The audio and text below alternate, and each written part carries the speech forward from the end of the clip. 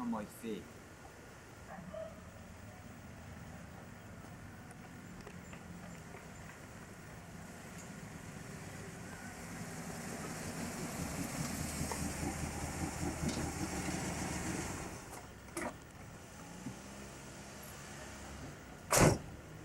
I'm Matt Deschamps.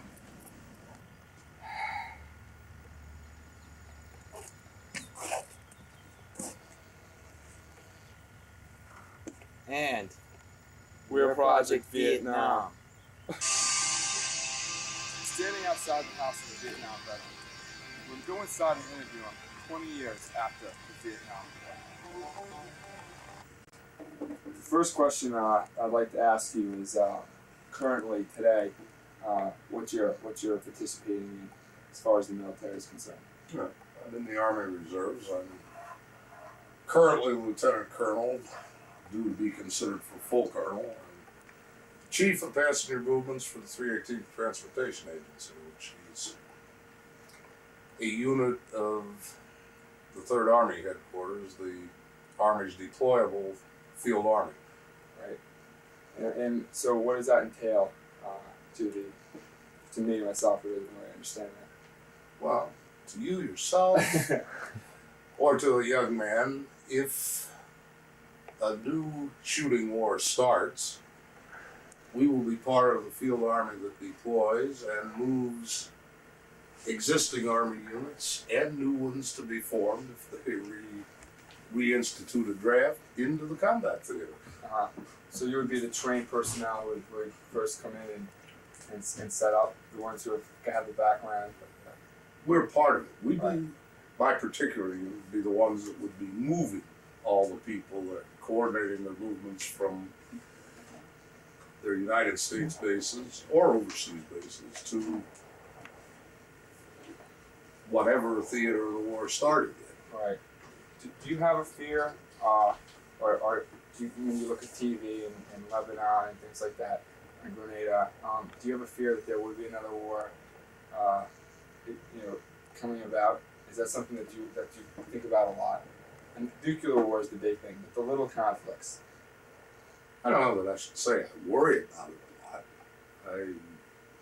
I think it's distinctly possible, and those of us who've got some experience need to be training the new people to deal with it if it does happen. What first made you enter the military scene? I don't know, there was a first. I was born in a military family, and Why don't you tell us about that, your family history? well, my father served in the Second World War and as part of the occupation army in Japan during the Korean conflict, and in some other assignments in the Far East that may have been part of what led up to the Vietnam conflict. And he was on active duty when I was born. My favorite gag with people is that I wasn't born, I was issued an OD diaper. What do you think as a military man, was the cause, not what the politicians tell us, but what do you think was the true cause behind Vietnam? Well, I think what the politicians told you is absolutely true. They were afraid that if we allowed the communists to take over Vietnam with no resistance, that the remainder of Southeast Asia, Indonesia, the Philippines, etc., would fall in turn. You don't think that it was a civil war between North and South Vietnam, and that we should have, in essence, stayed away from it? No. No. There are some elements of that, but the North Vietnamese were actively supported by communist influence and money and warm bodies and weapons. What was it like there? A simple but complex question, I'm sure. What was it like? What I start from a prejudiced viewpoint as far as the fact I was a commissioned Army, commissioned officer. I was an aviator, which means I was not out in boom blast. I was flying from relatively fixed bases, pretty much behind the lines. It was hot, it was buggy, it rained 2 days out of 4, and you haven't seen it rain around here like it could rain in Southeast Asia. But basically, as I've told my wife through the years, I had Vietnam easy. If you had to go at all. I was a flyer. When I got done with my tour, my duty day, which admittedly was not an 8-hour duty day as it is in the States, it ranged anywhere from 2 or 3 in a slack period to 18 or 20 in a bad period of time. But I always had a reasonably clean bunk to come home to and a fairly secure area to sleep in with other people on the perimeter. Very rarely any direct enemy action against our home bases. Did you have contact with friends or whatever who you saw coming in from the front lines? Oh, sure. And what were they like? I mean, if you could describe, someone, a particular face that would capture the feeling of someone who just got out of the front line with their lives. Tired. Tired. You see a football, you boys are both football players. You see a football player, particularly a defensive lineman, say, come off the field after a game that you've lost about 23-3. Yeah. That's what those guys looked like when they came back. Only they'd been doing it for 3 or 4 days or a week instead of 2 hours. Yeah. So mentally, you'd say it was much more devastating too. They must have been. Because even today, we were trying to find some veterans who were willing to speak, and many of them to this day can't speak a word about the Vietnam War. No, that's undoubtedly true. Although my brother-in-law lives here a block and a half away, and he was alert platoon leader in Vietnam. Mm. He was out in the jungle. What does he say about the war? He never talks about it. He doesn't talk about it. Not that he won't, but he will not volunteer comments about it. And I don't bug him about it, and I don't think anybody else does either. When you got back from the Vietnam War, the grievances that we hear was that they weren't treated as heroically as, say, the veterans of World War I and World War II. They were, we figured, well, they lost. A lot of people, we lost. We lost the war. Well, whether we lost the war or not is something that the historians won't decide for a long time. Mm-hmm. But the American soldier in the field didn't lose that war. Right. If anybody lost that war, the politicians lost it. Is it true that we won? From my studies, it appears that we won, if not all, many major campaigns military wise, we won the battles but lost the war. Would you say that that's a fair? Well, fair like I statement? said, I would not concede that we lost the war. Vietnam has fallen to the communists, but Indonesia has not. The Philippines have not, which, like I said to begin with, was, I think, the United States' objective in beginning this. The Korean status quo is the same as it was in 1954, when they actually stopped fighting over there.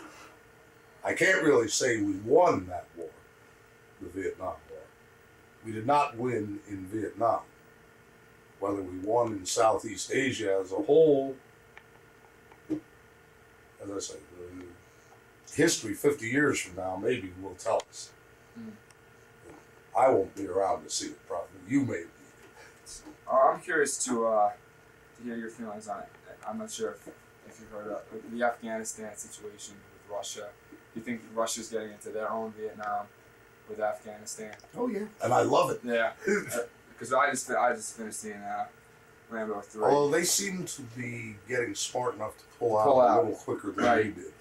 And it brought to my attention that Russia is up against tough people who down history lines just haven't given up an inch to enemies, much like the Vietnamese, and they're finding themselves in a lot of trouble now. Yes, it's absolutely true.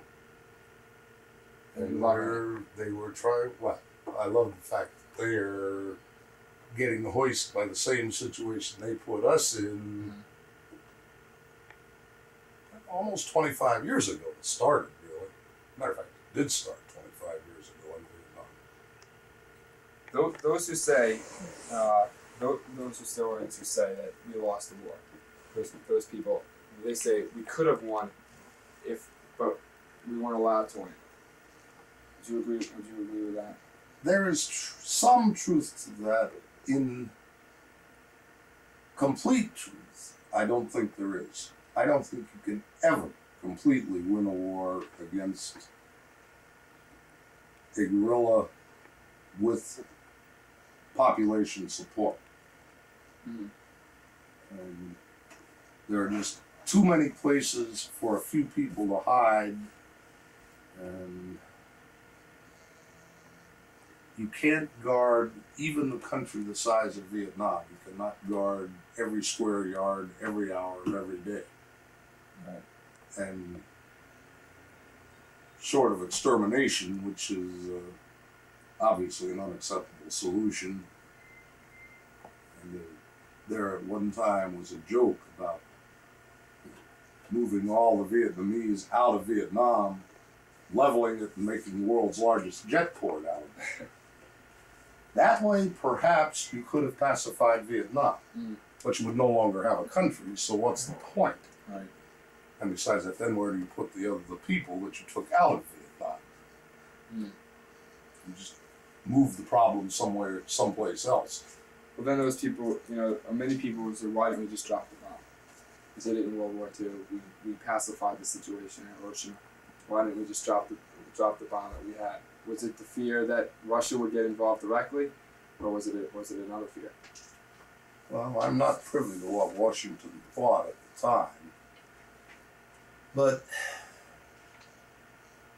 I don't think it would have solved the solution. It would solve the problem. Where were you going to drop the bomb? On Hanoi? Half the support for the people that were actually fighting the battle, and those people were in South Vietnam, intermingled with the civilian population, some South Vietnamese sympathizers, some Chinese communist troops, some North Vietnamese troops.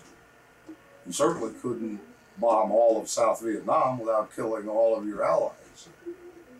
If you had bombed all of North Vietnam, you still wouldn't have stopped the communist Chinese. We were actually back in Vietnam, because he's a lieutenant colonel by now, too. But there's one that had just come out, somewhat similar to Platoon. He liked Platoon also. There was one newer one.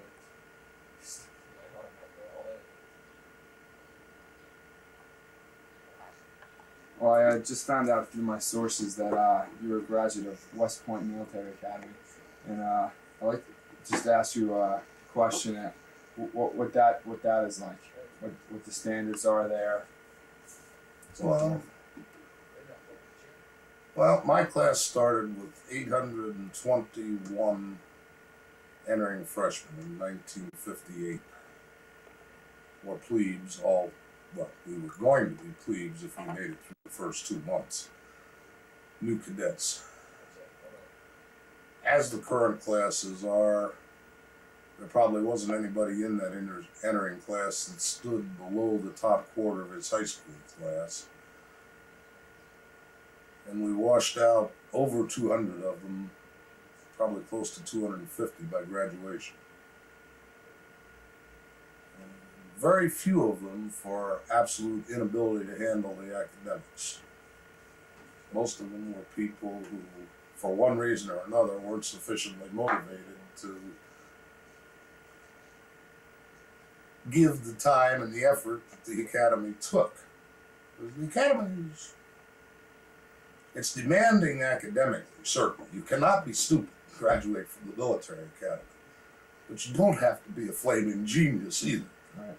If you want it bad enough, anybody with average or slightly above average intelligence can make it academically. The people that don't make it are the people that don't really want to make it. The people that are there because their parents pushed them to go, or they thought it would make them look good to their girlfriends, which it does, as a matter of fact. But what was it? It's not worth it just to look good to your girlfriend. There's a lot easier ways. What was an average day like? Would it be a balance between academic and military? Fine. Academic, military, and athletic. Wake up at 10 minutes to 6. 20 to 6 your first year. Maybe 4 or 5 till if you were in your last couple of years. Because at 6 o'clock, everybody had to be standing in ranks ready for inspection in the area. Breakfast at 6:30. First classes started about 8. Ran from then till 2:30 to 3 in the afternoon with occasional free periods, occasional labs to take up the extra period. Then either military drill or athletics, intramural athletics for those that weren't on a corps squad, an intercollegiate team for that season. Supper at 6, study in your rooms for the lower classes from 7:15 till about 10. 10:30 lights out. 11:30 for the first class. Coming from a man who graduated West Point, coming from a man who's seen combat, who's been in Vietnam, coming from a man who still today actively participates in the military, is there any one thing that you'd like to say to the students watching this program about either Vietnam, about either our future foreign relations with various countries, or the political ideology that's underway in the United States today? Anything at all that you'd like to share with us? Well, I think we're seeing a resurgence, a small resurgence, in respect for the armed forces and the people who served in Vietnam and in the other wars. Although, as I say, as you implied earlier, the appreciation for the Vietnam veteran has never met the standards of what the country did for its other returning veterans. But then again, there is the same concept that these are the guys that didn't win their war. And to some extent, I agree with that. But I remember Khrushchev in the 60s pounding on the table at the United Nations and swearing he would bury us. The Russian leaders still believe that. As long as there's a strong military in this country, it won't happen. once the military collapses, if it ever is allowed to, it could. Here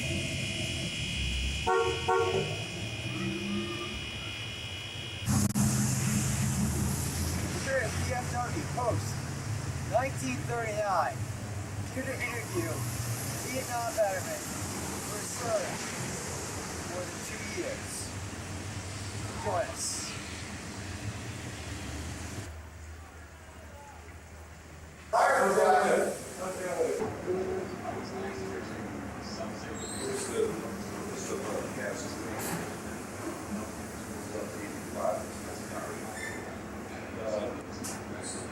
This is when we first started, we had life members. This is our guys who are members of the Post for Life. And they never pay any dues. This year is our post charter. We were This is Mike B. here, Wayne Ryder, Vietnam veteran. We're here talking about Vietnam War, his opinions, and VFW. Wayne? how do you do? Okay, can you briefly tell us about war, your own words about the VFW, your position in it, and how you think about being in the VFW? Okay, so right now my current position, I'm the commander of the VFW post here in Tarrytown, post 1939. We're 200 members strong. And I joined the VFW when I was on active duty in the Air Force. That was about 8, 9 years ago. One of the incentives I had to join was our VFW post. Any member on active duty in the military that would like to join the post can join the post, and we pay his membership dues every year. And this way, we hope when he gets out, comes back home, he'll join the post, as long as he's eligible to join the post. You mentioned I was a Vietnam veteran. I've served 2 years in Vietnam, 2 different tours. So that made me eligible to join the VFW. But mostly the guys around from today, are they all veterans like yourself from the Vietnam War, or are there some people around from, say, possibly World War II? Majority of the membership in this post is World War II veterans. I would say 80% and better World War II veterans. Does the government help out in any way to provide VFW the necessary funds to keep up, minimum pay for, membership? Okay. The government provides nothing to the VFW in the way of money. Each VFW that there is throughout the United States is self-supporting. Now, and we're a non-profit organization. We receive no money from national headquarters. We send them money. We have a state headquarters. We have a national headquarters. Our state headquarters is in Albany, New York, and our national headquarters is in Kansas City. And we receive no money from them. We in turn send money to them. From the membership dues, it costs each member $13 a year membership dues, or if they're a life member, depending on when they became a life member, they pay a one-time fee depending on their age. Do most of the VFWs around, say, Westchester County or New York State even, do they interact in any way? Dances, benefits, competition, friendly competition, games, and that sort of thing? Well, speaking from our post, we'll go out and visit other VFW posts, and they'll in turn turn around and come down and visit our post. Our county post for the Westchester County, per se, they do not have a home. So they hold their post meetings every month at a different post. So this brings members from throughout the county to a different post each month. And we in turn go out and we visit other posts. We also work closely with other posts, like we donate a lot of our time up at Montrose VA Hospital, for the patients up there. being a student, we hear a lot about the Vietnam War and how it has affected soldiers.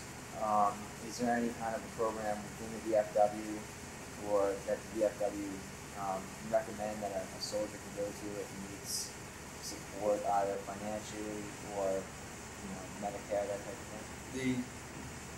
For Vietnam veterans, if they need any kind of medical care, they can receive it at any VA hospital throughout the United States. And anything that they require, like myself, I go up to Montrose Hospital, VA hospital, and I use that. And there's a lot of Vietnam veterans up there being treated.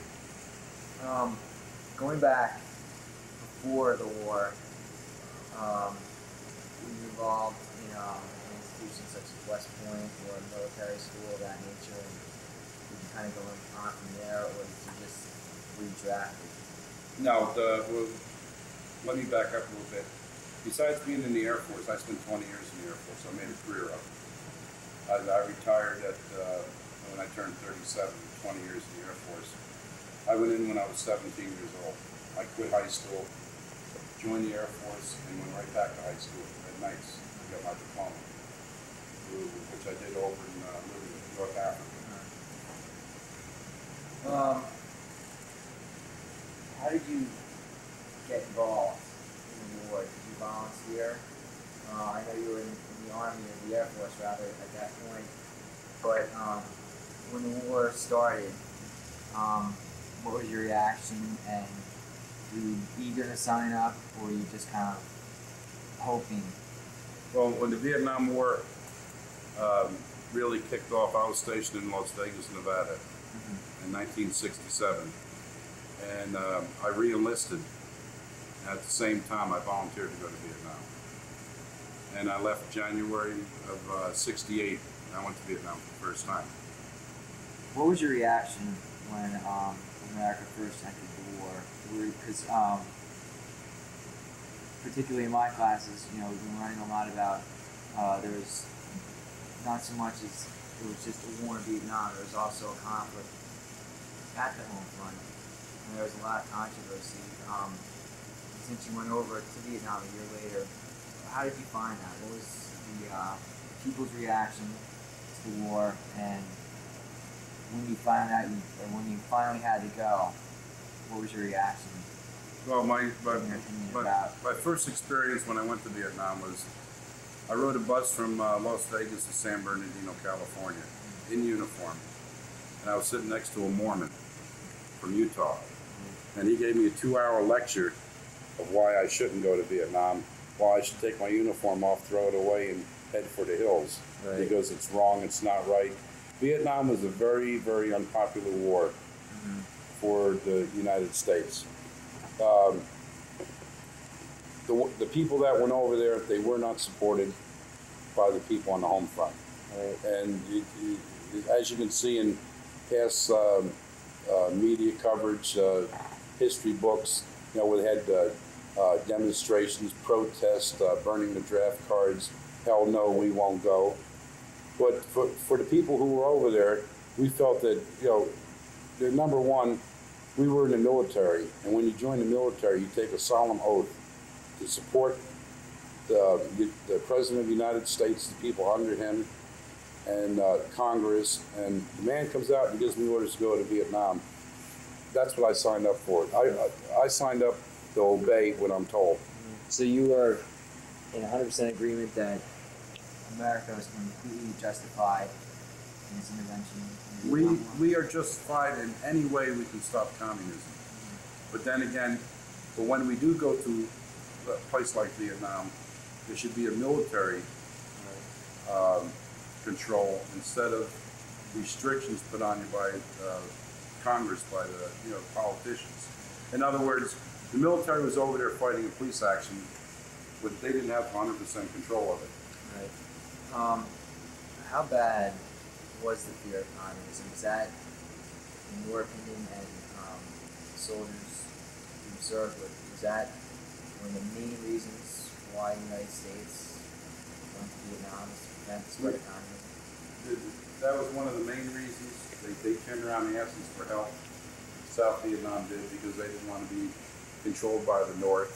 And anybody that would ask us for help, you know, so they don't become communists, we're going to turn around and help them, because we don't want to see the communists gain any more ground than what they already have. And you can see, just go down to Florida, they're 90 miles off the shore of Florida, and that's close. Right. So Desire, describe to the class your experience in Vietnam, What my duties were. your duty, your positions. Okay. I was in the Air Force, I was in air transportation. Everything that click off? Transportation, that included everything and anything that was flown by air. Mm-hmm. I was stationed first in Da Nang Air Base, which was a good sized base, and then they sent me out in the field on a mobility team where you rotate at small sites. You go and you live in tents, you sleep in sleeping bags, you eat your food out of a can. And during the Tet Offensive in February '68, when all hell broke loose over there, I went up to Hue Phu Bai for 8 days, living in a tent, working 12-hour shifts, pulling guard duty, eating out of cans morning, noon, and night, no shower. The only water you had was in your canteen. And we lived like that for a while. And like I said, I was supposed to be up there for 8 days. I was up there for 11 months.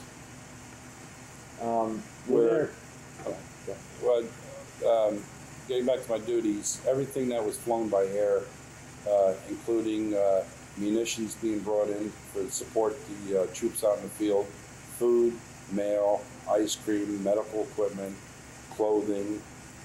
In turn, we shipped out cargo that was not needed, and we shipped our boys to go back home. Living under those conditions, did attitudes start to change about serving in Vietnam? Because, you know, those conditions are very harsh. And were the soldiers, after staying under those kinds of conditions, were they depressed or deterred in any way from serving? Well, when you put a person in a situation like myself, for like the 2 weeks we're up there, we couldn't bathe, we couldn't shower. You only had the water in your canteen. You were not eating hot food except if you heated up your sea rations, and it doesn't help your morale any. Right. And then you turn around and you see in the Stars and Stripes, which was the local newspaper printed by the military, protests, demonstrations at home. That doesn't help any either. No, so of course, you know, guys the morale gets low.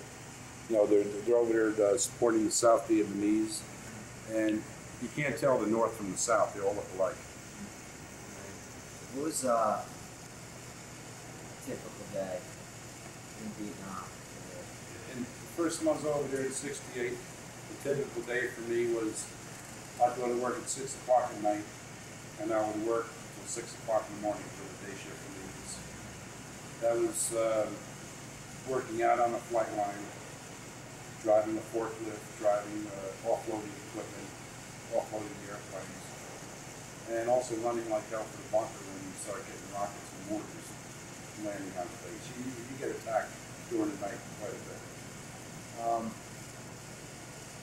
You were in all your experiences of flying stuff around. Did you actually ever see a lot of combat? I saw very little combat, very little. I was in the support end of it. We stayed mainly on base. When we did move out of our tents, we moved into MACV, which is Military Assistance Command Vietnam, it was Army. We lived outside the perimeter. And when we lived there, we would still work our 12-hour shift at the airport, and then full guard duty during the night. We worked days and full guard duty during the night. Do you have any relations or any friendships with the ground soldiers who went out right in the heat of battle? I've met a lot of them. Uh-huh. I've met a lot of them. Also, besides cargo, we handled the passengers too. So we saw the new guys coming in. We saw the new guys going out. We also assisted with the medevac flights for the wounded going out, and also for the bodies being shipped home too. Not only did we offload and load these people, but we also parked the airplanes. We marshaled them too. We would park the airplanes ourselves, helicopters including. When you think about Vietnam, 10, 15, 20 years later, what's the first thing that comes to your mind? It was an experience. It's something you never forget. Is it something you'd ever want to do again? I'd never do it again. Um, Give you an example. When I first came home, I was stationed in Dover, Delaware, and my first night there, about 3 o'clock in the morning, the fire whistle went off. Well, the fire whistle had the same tone as the whistles in Vietnam. We had sirens. When the base is under attack, the siren would blow. So my first night sleeping in Dover, Delaware, that's where I was stationed, being unaccustomed to the place, the fire siren went off at 3 o'clock in the morning, and I jumped underneath the bed. My wife had to pick the bed up so I could get out from underneath it. And an instant reaction. when you came home, what was the general attitude that you ran into within your hometown, within your family members? How they reacted to you coming back after fighting a war? They were glad to see me home. And then they would ask what it was like. But to the majority of the people, give you a good example. When we landed in California, a lot of guys would change into civilian clothes so the general public would not know they're veterans, Vietnam veterans coming home from Vietnam. In other words, a lot of guys didn't want the public to know that they were coming home from Vietnam because they weren't welcome. With the protests, the demonstrations, the long hair, the dope smokers. And then, So a lot of guys, when they came home, they didn't want the general public to know that they were veterans because we were not, that's the best way to put it, we were made to feel ashamed that we were over there. Right. Are you, looking back at the whole experience, are you angry at having to serve at Vietnam? No. Not at all? When you came back, how long, something that you never forget, how long did it take you to come home to accept Vietnam? Or have you ever accepted Vietnam for what it is and what it all is? Well, I hated to see it, South Vietnam fall because by South Vietnam falling back into communist hands, what we did over there was basically for nothing. All the lives that were lost over there, all the POWs and MIAs, the prisoners of wars and the missing in action that are still accounted for. They're not accounted for yet. I don't think they ever will be. But all the money this country has spent over there, and then it falls into communist hands. So basically what we did was for nothing. If we knew what the future was going to be, we could have stayed home and saved a lot of money and a lot of lives, mainly lives. It's, I've probably heard this statement a lot from John Wayne and all the hero war movies. They always say that war is hell. War is hell. Do you think it's an understatement? War is hell. You also had a saying over there that when I die, I'm not going to hell because I've served my time in hell by being over there in Vietnam. Now, I'm sure the Korean veterans said the same thing, and the World War II veterans have said the same thing. Right. But see, when World War II came home, they came home as units, and they had parades to welcome them home, people meeting them there at the boat, when they got off the boat, in open arms. When we came home as individuals. And to give you an example, I landed in California. We went out to the airport, we got on a flight to New York, and then I wouldn't even let my folks know when I was coming home. Really? I would rent a car and drive home and then just walk in the house. So the general consensus was when you got home, you just didn't want to have anything to do with it, or was it just that your country didn't want to have anything to do with it? You were just glad to be home. You wanted to forget as much as possible about it as you could. And then some guys will, it bothers them where they have nightmares at night. Like every now and then, I still dream about Vietnam. Right. I dream about, the different places I was in, the different experiences I've had over there. And now I've served the second year over there.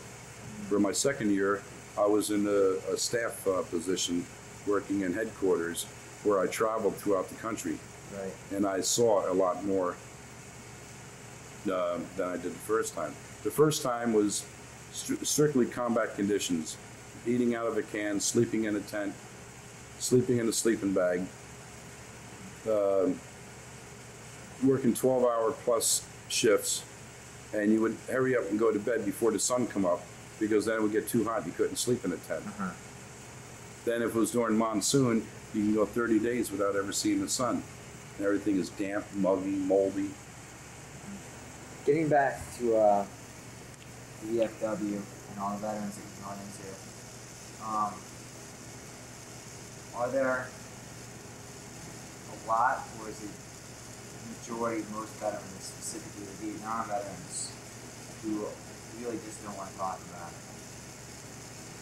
It all depends on the experience you guys have had over there. Like someone who's going out in the actual field, who was, who's there humping the bush, and actual killing people, that's the type of person that wants to forget. He doesn't want to talk about it. Right. I never experienced that. I never did. So the experiences I had was mainly, supporting these guys, supporting them with things coming in and equipment and stuff going out. I was there mainly as support. So comparatively to the, I was never trained to be a professional soldier. I was trained and educated in the field of air transportation. so do you consider yourself lucky that you were serving in the field? I felt myself very lucky that I was on the base supporting them while they were out in the bush fighting, Right. and being out there in the bush with them. When, It was scary enough being on the base too. so when you were in Vietnam, was there a lot of fear? Even in more secure areas? Sure. It wasn't a secured area because every base was subject to rocket or mortar attacks every night. Ground attacks. I remember one night we were on 100% red alert. We were wearing our flak jackets, helmets, and M16s, offload and load airplanes. They would come in with their engines running, dump everything off, and get it. They wouldn't stop. Recently, Matt and I, the guy who's filming this, we just saw Rambo 3, and I've kept up to date with the Vietnam movies, such as Uncommon Valor, more recently Platoon, Full Metal Jacket, and Hamburger Hill. What's your opinion about these kind of movies? Well, number one, if Rambo was real, we wouldn't have to send anybody to Vietnam. He would just send a couple Rambos over there. Yeah. Platoon was very realistic. Hamburger Hill I didn't see, and Full Metal Jacket I saw that, but that was most of that movie was with basic training for the Marines. Right. In the Air Force, our training is different. Like before I went to Vietnam, I had 1 day training on the M16 rifle, and I had to carry that rifle and live with it for a year, day in, day out. Do you feel that these movies are finally starting to bring about the recognition that the Vietnam veterans deserve? They're making the movies the public wants to see. Now the public, when we first come home, you were not welcome, but now everybody's turned around with open arms saying welcome home, like the big parade they just had down in New York City about 2 years ago, Right. where it was a Vietnam Veterans Parade, and they're admitting now, that hey, we didn't welcome you guys home the way you should have been, so they're welcoming us back with open arms. I was with the public. I'm bitter, like the guys who snuck up to Canada to avoid the draft. Right. And then the United States government turning around and telling them guys, come on home, it's all forgiven. So you just think I feel if someone leaves their country to avoid the draft, to avoid the war, then they should have lost their citizenship to that country. and they should have never been allowed back into the United States. Do you find that with members of the VFW that when they go to see movies such as Platoon, revitalizes a lot of anger they have towards the country? Brings back a lot of memories. Brings back a lot of memories. Like it says, the first part of the movie, Platoon, you see the guys carrying the body bags. Well, the majority of my job was on what we shipped out was putting body bags on airplanes. You know, so at first you're very squeamish, you know, and it affects you. After a while, it's you know, it's just a job to do.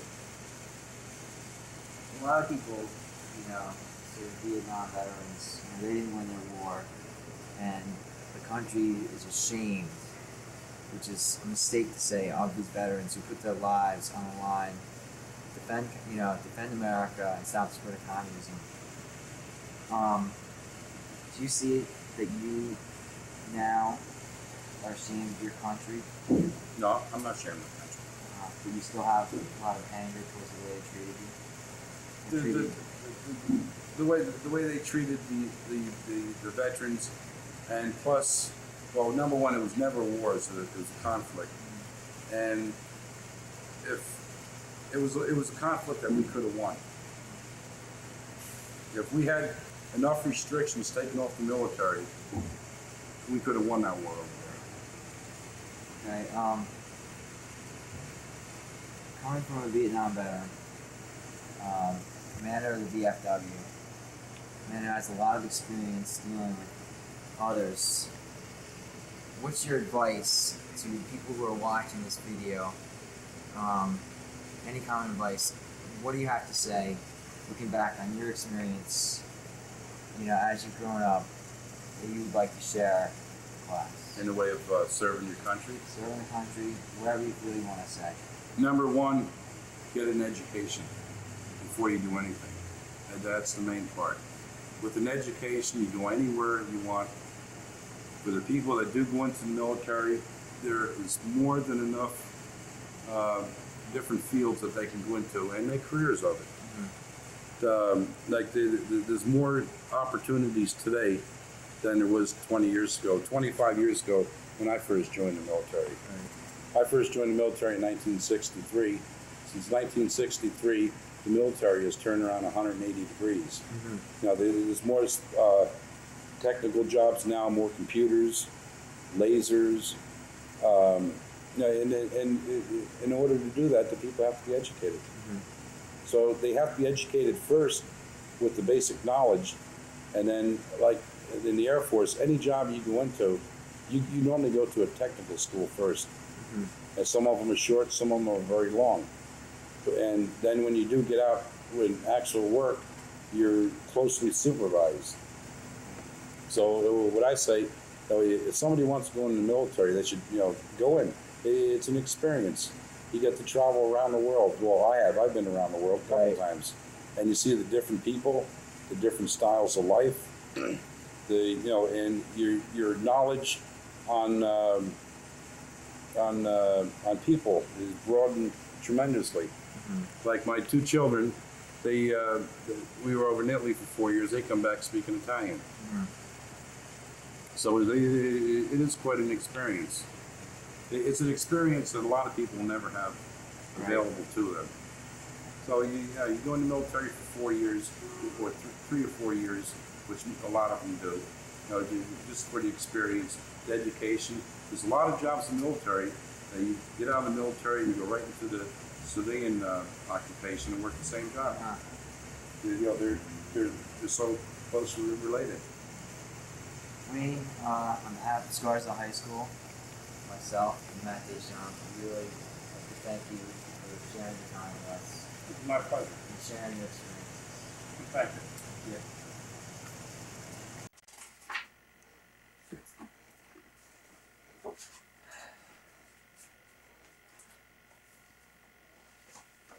Matt Deschamps and I, the people, or I should say the co-hosts of Project Vietnam, have brought to you two opinions, two separate viewpoints from actual Vietnam veterans on the Vietnam War.